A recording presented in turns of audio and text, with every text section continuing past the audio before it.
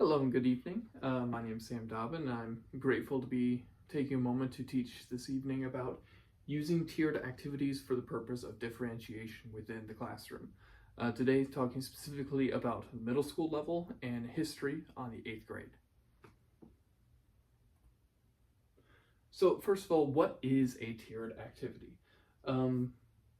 Definitionally speaking, a tiered activity is an assignment that is designed to teach the same essential concept or skill to multiple students at multiple readiness levels. Students are grouped based on readiness, as I said, not necessarily their innate talent or abilities. And every student is still working towards the same learning goal. We're not having any standards raised or lowered for these different groups. They are all accomplishing the same objective by the end of the lesson, even though the lessons themselves are different. So why does this support differentiation?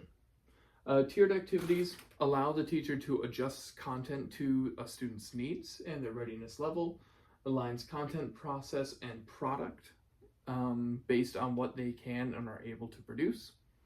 It also ensures all students are appropriately challenged and supported in what they need and what they can do. It also encourages growth by meeting students at their current level and then helping them progress. I remember actually speaking about video games, but I feel that it applies here, which is that a player, or in this case student, needs to be able to succeed 8 times out of 10 for their attempt. People like to be challenged, but if they are not challenged enough, they stop learning. And when they are challenged too much to the point where they feel like they cannot do it, they stop trying. And this is something that tries to address those issues. And finally, it also supports the UDL framework by offering multiple means of engagement and representation for student levels and abilities. So how do we actually use tiered activities within the classroom? We identify the essential skill or learning target from myself and my school. These are learning standards provided by the school and also for the state. We have to assess student readiness through pre-assessments or informal checks before the activity. We can't figure out what we need to differentiate for and what those different levels are unless we have an understanding of what current student readiness is.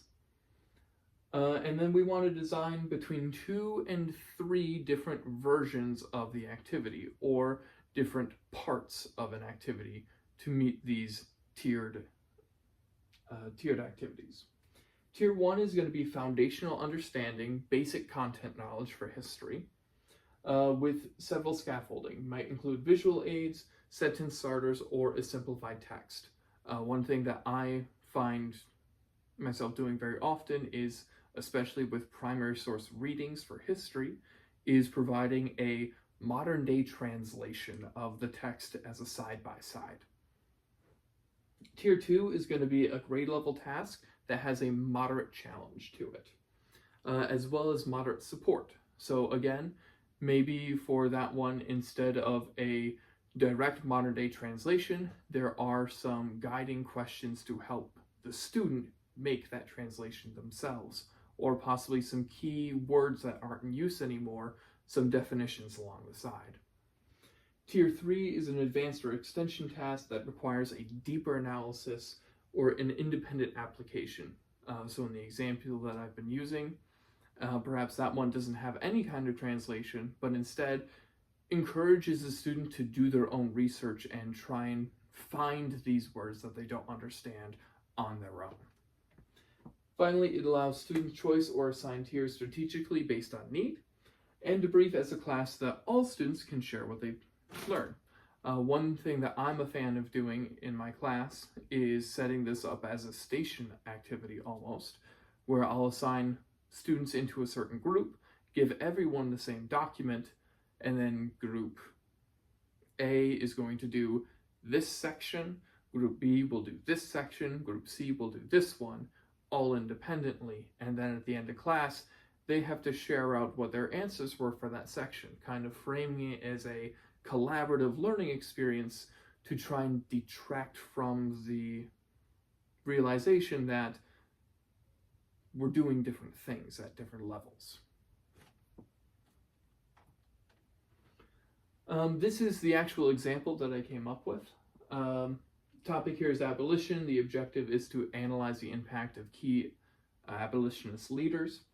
Tier 1 reading here is a short adapted biography of Harriet Tubman, and you have to complete a cause and effect chart, recognizing her works within the abolition movement and the Underground Railroad and the impact that her actions had.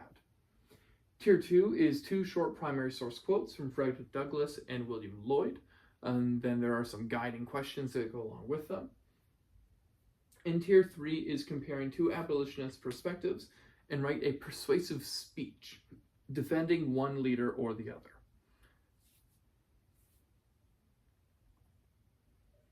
I did also want to just have some general tips in implementing this. I've said a few of these throughout the presentation, but you want to avoid labeling tiers as easy or hard. I would also, as much as you can, try to avoid other ranking styled names for groups like group 1, 2, 3 or group A, B, C, because we have a natural connotation of assigning difficulty level to these labels. Something that I'm now trying to do is go with colors instead, or something that is not easily translated to a this is the smart group or this is the dumb group from the student perspective. You also want to make sure all tiers are engaging and respect student ability, and also be aware that students are going to change throughout the year. These groups are not static. Be aware that somebody who might have started off in a lower performance area throughout the year might move up in their ability, and be sure to keep an eye on that and make adjustments. And finally, encourage student reflection on how these activities help them learn. Make sure that there is that debrief aspect to these activities. I do appreciate you taking the time to watch this video, and I do hope you enjoy your evening.